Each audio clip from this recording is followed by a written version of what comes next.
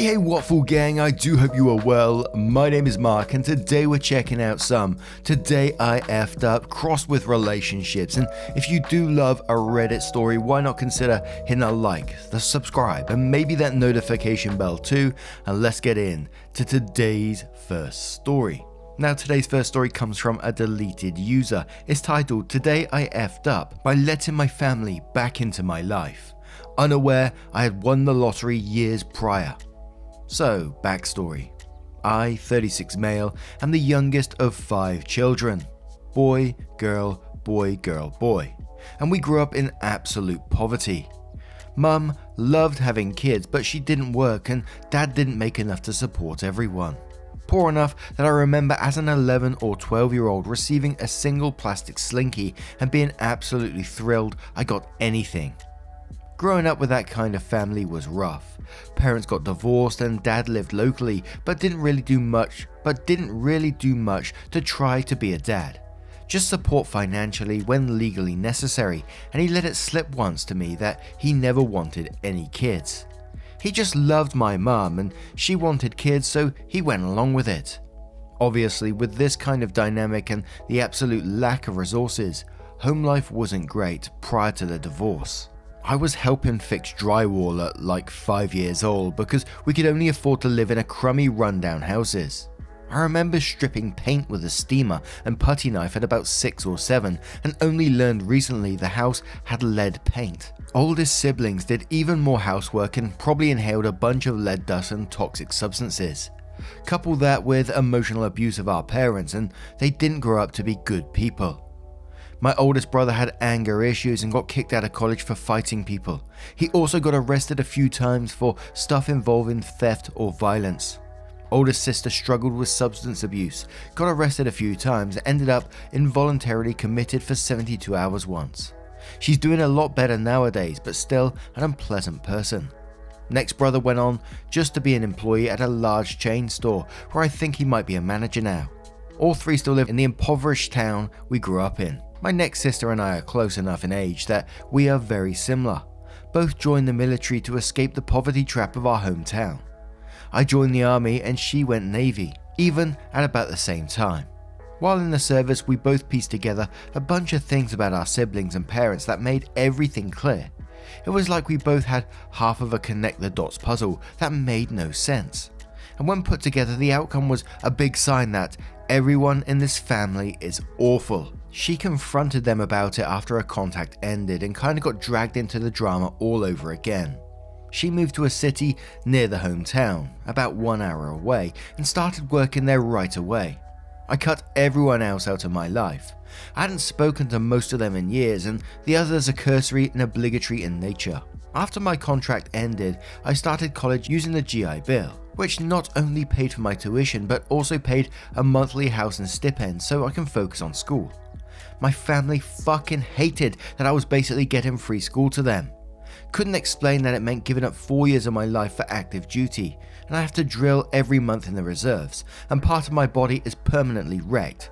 To them, it is an unfair advantage.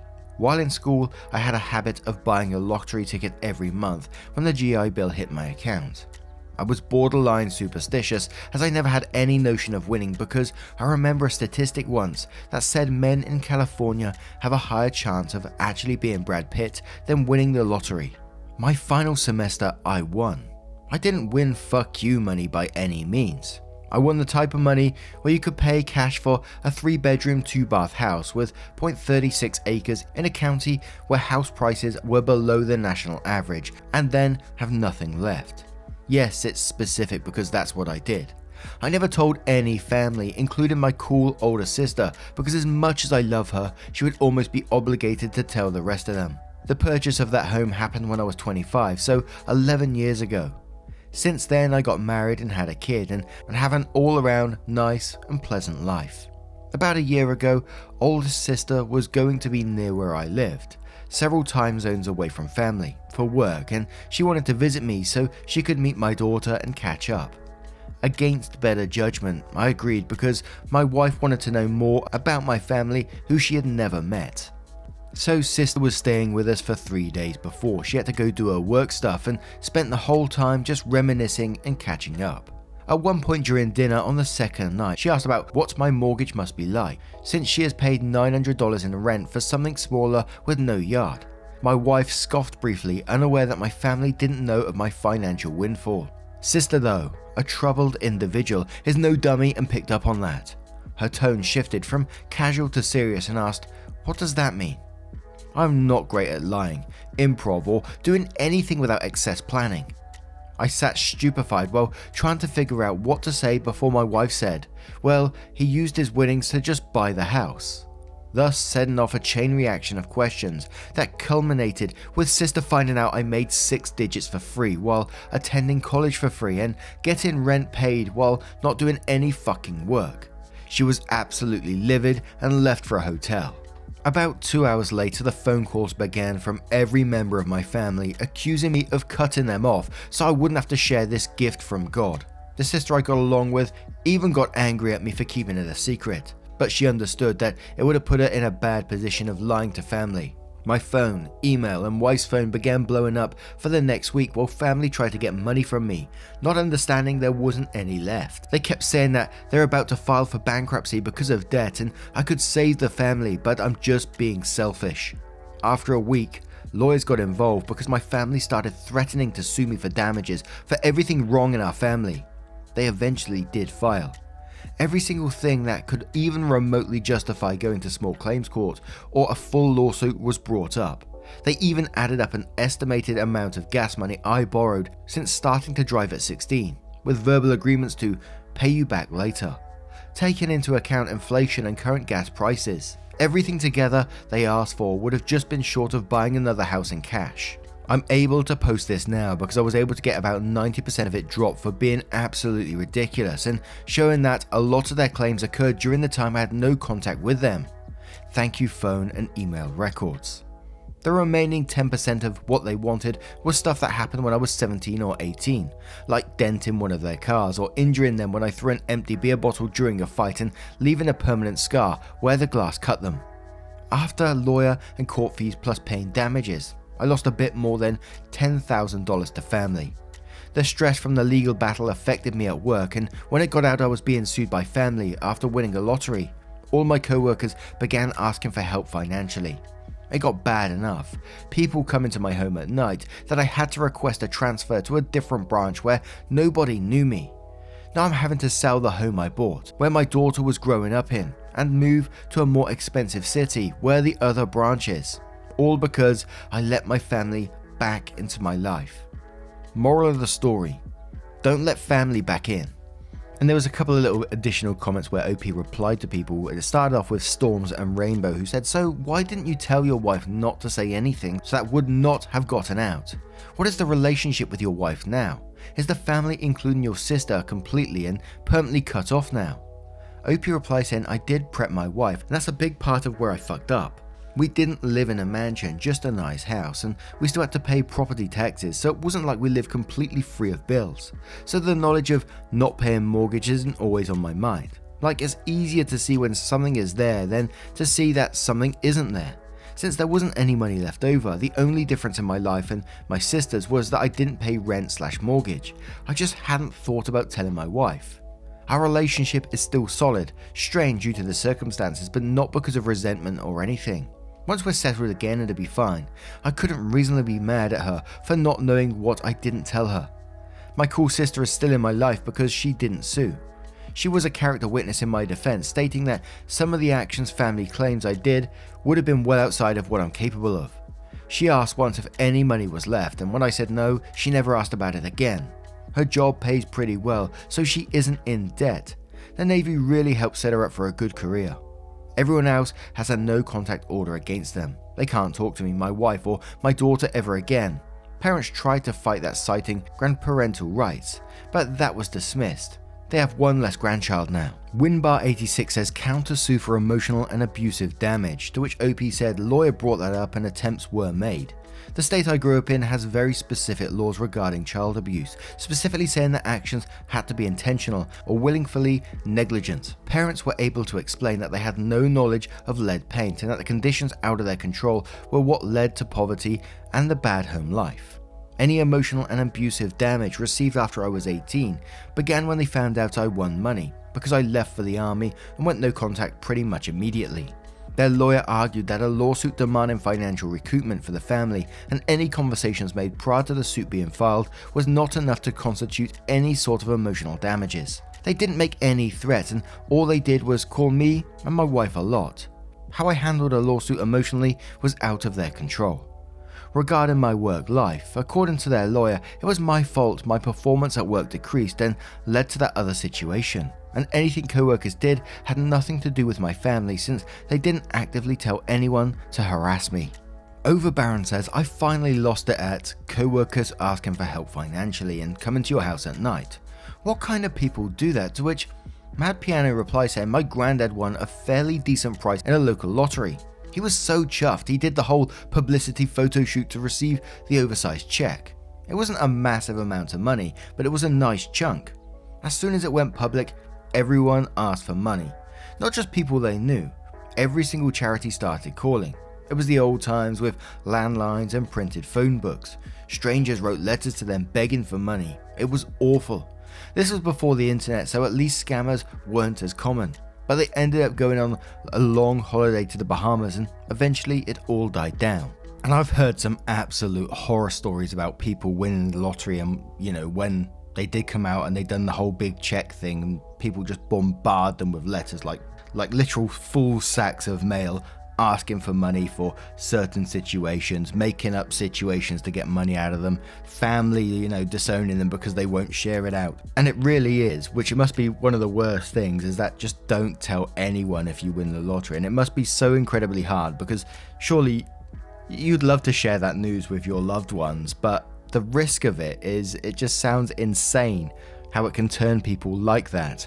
And it's not just lottery we've seen it on this channel. We've also seen it like time and time again with inheritances, when someone gets a big windfall and the rest of the family are like, wow, I deserve a piece of that, kind of thing. What a family to live in, holy moly. I don't understand how they're suing though for damages for everything wrong in the family, like what, suing for him when he was younger. I don't understand that bit. But what do you guys make of this one? Let me know your thoughts in the comments below, and let's move on to another story. And in our next story, there's brief mentions of miscarrying. So I just wanted to throw that one out there in case you want to skip this story. Please do so. Timestamps are down in the description. Please look after your mental health. Super important. And now we're going to start with that story. And our next story comes from Pale Arachnid 8452, who says, am I the arsehole for not being happy that my sister is pregnant again? Throwaway because I don't want my family tracking this back to my main. My sister got knocked up by her boyfriend right out of high school, got married the next year, then proceeded to pop out another baby every year or two. She has 4 now at 24.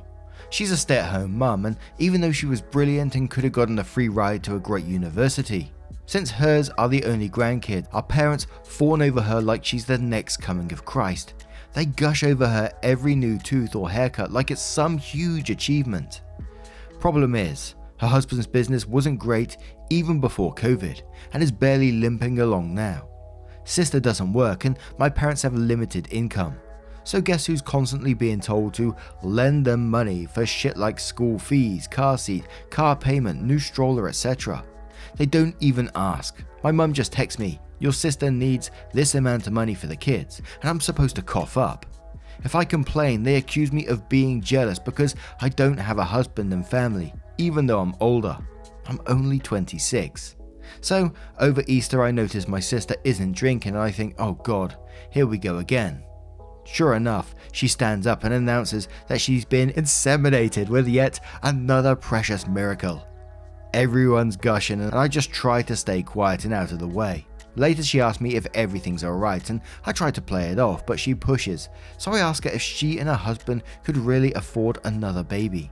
She very snippily replies, God will provide, like he has done so far.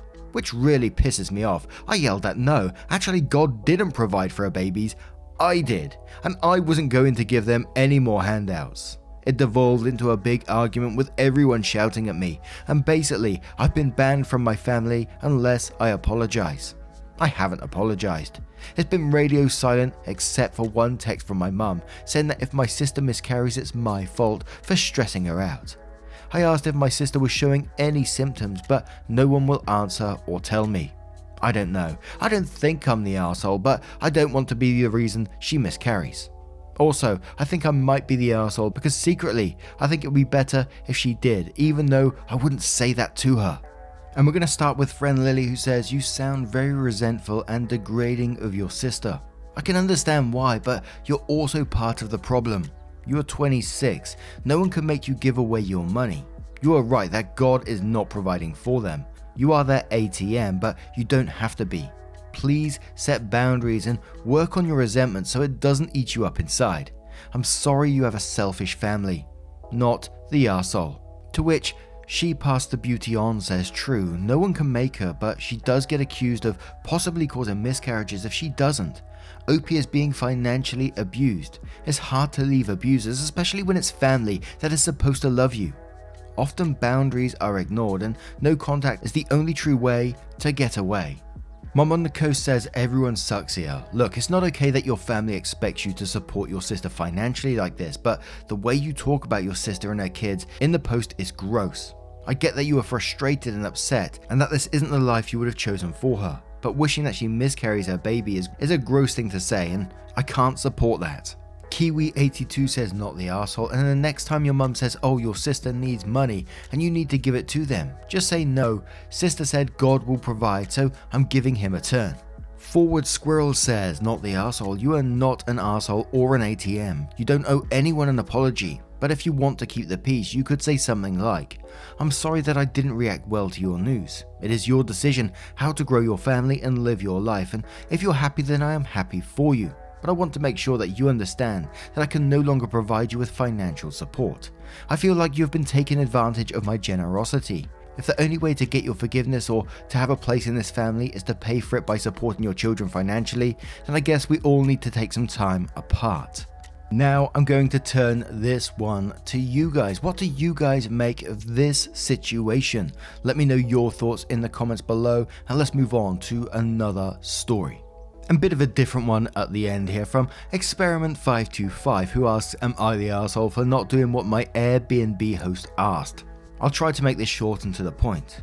My friends and I paid almost $500 for a 3-day stay in an Airbnb condo as a mini vacation. The host and I spoke about how he doesn't typically rent to people under 25 because they throw parties and trash the place, but he said he'd make an exception for me because I said all the right things. We didn't have any sort of party, just 4 friends drinking a bit at night and cooking meals during the day. We're out of the condo almost all day every day except to eat and sleep and shower. We got one music complaint because we had it a bit too loud during breakfast, but that was it. After we'd paid our only halfway refundable deposit, but before going, the host messaged me to tell me that the cleaning crew was short-staffed and I had to do the following before checkout at 11 AM. 1. Start a load of towels in the washing machine. 2. Strip all the bed linens and place them on the floor by the washing machine. Leave the comforters on the beds. 3. Start dishwasher. 4. Take out trash to dumpster in parking lot. I personally was taken aback by this because what the fuck is the cleaning fee for if I have to do it all myself? I paid nearly $500 and you all can't handle cleaning the place, so I have to basically do everything on top of packing my things and leaving. Nevertheless, we did everything but take the trash out and start the washer. However, we did strip the beds and we put all the towels and sheets together in a pile. We left the place just as we found it, with the exception of trash and linens on the floor, but we were asked to do that. In my opinion, I paid a lot of money in cleaning fees alone. I'm not a disgusting person by any means, but if I'm required to pay you a cleaning fee, why am I responsible for the bulk of the cleaning? Anywho, the host messaged me very passive-aggressively today and I just wanted some other people's opinions. So, am I the arsehole? P.S. Do not come in the comments with a whole "you got to stay in someone's house and didn't even follow their rules," because I did follow the rules of the agreement prior to the payment and these demands that were made. If he would have told me that these demands prior to my non-refundable payment, only halfway refundable, or posted them in his listing, I would have never taken the place, and I paid for the cleaning fee, which is literally there to pay them to clean up what I don't clean. Taking out trash and starting a washing machine is not something I should be forced to do when I've literally paid someone to do it when I leave. ETA, I checked the receipt. Yes, I have screenshots, and the total was $631 for 3 nights, not $500, so over $200 a night. But exciting change says the host messaged me to tell me the cleaning crew was short-staffed, and then says that's a them problem, not a you problem, not the arsehole. Arbor says not the arsehole, he changed the agreement midstream and was completely in the wrong. It wouldn't surprise me if he tried that on every young person he rents to, right down to the "I normally don't rent to younger people." Not the arsehole, Airbnb cleaning fees have become ridiculous in recent years, so why on top of the crazy fees would you have to do the cleaning yourself? This is why I've gone back to hotels. Airbnbs have gotten so ridiculous between the fees and the unreasonable host demands. I would leave a bad review telling everyone how he completely changed the terms of your agreement just as you were about to leave. Understaffing is literally none of your concern. Realistic Animator says not the arsehole, OP paid a cleaning fee. The instructions to strip the bed, start a load of towels and take out the trash were not part of the original booking agreement. Rather, it was a text from the host after the deposit was paid. This is a bait and switch on part of the host. No mention of refunding at all or part of the cleaning fee. Not a good looking part of the host. I'm decades into adulthood and would have a big problem with this. And one more from Temporary Badger who says everyone sucks here, mostly you. The way the host framed this was weird and I see why you gave it pause. They shouldn't make additional requests they wouldn't usually make because their cleaning service was short-staffed. However, the requests themselves are just the basics. It's not deep cleaning the whole place, which is what the cleaning fee is for. I've never checked out of a vacation rental without doing all that stuff by default. I suspect they actually messaged you because they realized you weren't mature enough to realize you should. Try to think about what was actually covered by your cleaning fee. They came in and unloaded the dishwasher, did any dishes you hadn't fit in there, washed, dried and folded the linens you left by the washer, swept, vacuumed, mopped, cleaned the bathrooms, dusted, cleaned the kitchen, and probably a bunch of stuff I left out. In the future, expect to do this stuff before you leave an Airbnb, whether they tell you to or not, and keep your music down. Now, I'm going to turn this one to you guys. What do you guys make of that situation? What would you have done if you was in OP's position? Would you have done those 4 things that was requested? Would you not have? Could you consider that you've already paid that cleaning fee? Let me know your thoughts in the comments below. As always, I would love to hear it. And just a huge thank you for spending your time with me today. As always, getting involved in the channel, your love, support and time always means the absolute world to me. Thank you so much, and I will see you in the next one. Take care, guys. Much love. Wake up, get up, stretch my legs, eat some breakfast, milk and eggs, brush my teeth up, wash my face, throw my clothes on, start my day. Wake up, I can smell the smoke from the bacon. Let's go, see the sun shining from the windows. Okay, I know that today